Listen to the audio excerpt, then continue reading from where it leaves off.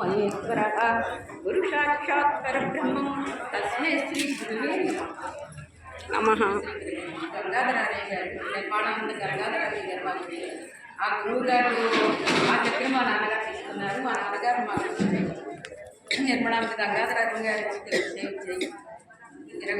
వీరమ్మ సమేత శ్రీ కరుణ లక్ష్మణ స్వామి గారికి సంతు ప్రభరాజ్కి జై.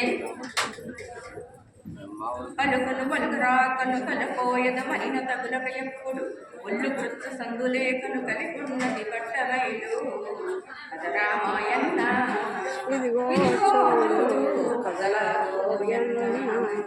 పలుకున పలుక చెలియండ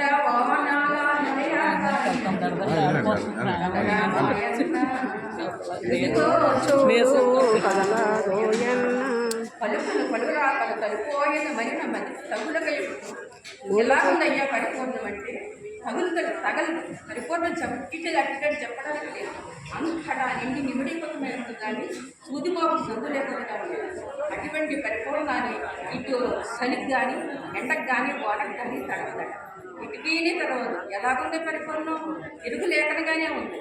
ఈ పరిపూర్ణంలోనే లేని ఎరుక ఉంది. ఆ ఎరుగులో ఉండే మనం ఉన్నాం. అంతేగాని పరిపూర్ణంలో ఎరుగు లేదు, ఎరుగులో పరిపూర్ణం లేదు అనుకోకండి. పరిపూర్ణం ఉంది అంతటా ఇంటి నిమిడిపోతమై ఇల్లు గుర్తు సందు లేకుండా. ఇప్పుడు మనం అందరం జరిగిందంతా పూజ జరిగినా ఏం జరిగినా అంతా పరిపూర్ణం, అంతా పరమార్థాన్నే. అటువంటి దాన్ని మనం గ్రహించగలిగి గురువు ద్వారా తెలుసుకుని ఎవరైతే ఈ పరిపూర్ణ దర్శన గురు శిక్ష రైతు ఆ రైతాన్ని ఎవరైతే కనుగొనగలిగి ఆ బట్టబయలను దర్శించగలుగుతారో అటువంటి వారికి జన్మ లేదు, కర్మ లేదు. రైతుమే జన్మ రైతు. కర్మ నశించే జన్మ నశిస్తుంది. కర్మ నశించాలంటే గురుమంత్రం మారక జపించుకుంటూ మాని తీసాలన్నారు.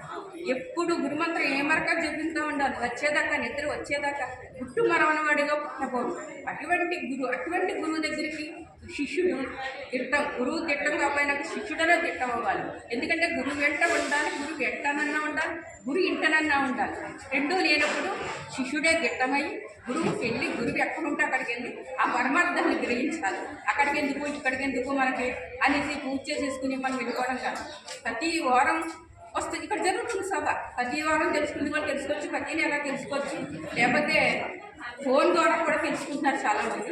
అలా కూడా మన పరమార్థాన్ని గ్రహించగలగాలని అందరూ ఆ స్థితిలో ఉండి ఆ జనన మరణ స్థితిని పొందాలని సర్వదా సద్గురు పరమరాజ్కి జై. సర్వదా గురువు శరణ మనకి వేడుకుంటూ సర్వదా కోరుకుంటున్నారు.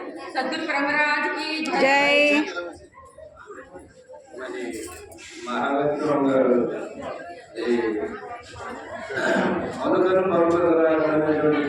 తీసుకొని మరి చాలా బాగా చెప్పారు. పరిపూర్ణంగా ఎదురుగా దగ్గర సున్నాలు. అయితే ఇప్పుడు పూర్ణ వాస్తవం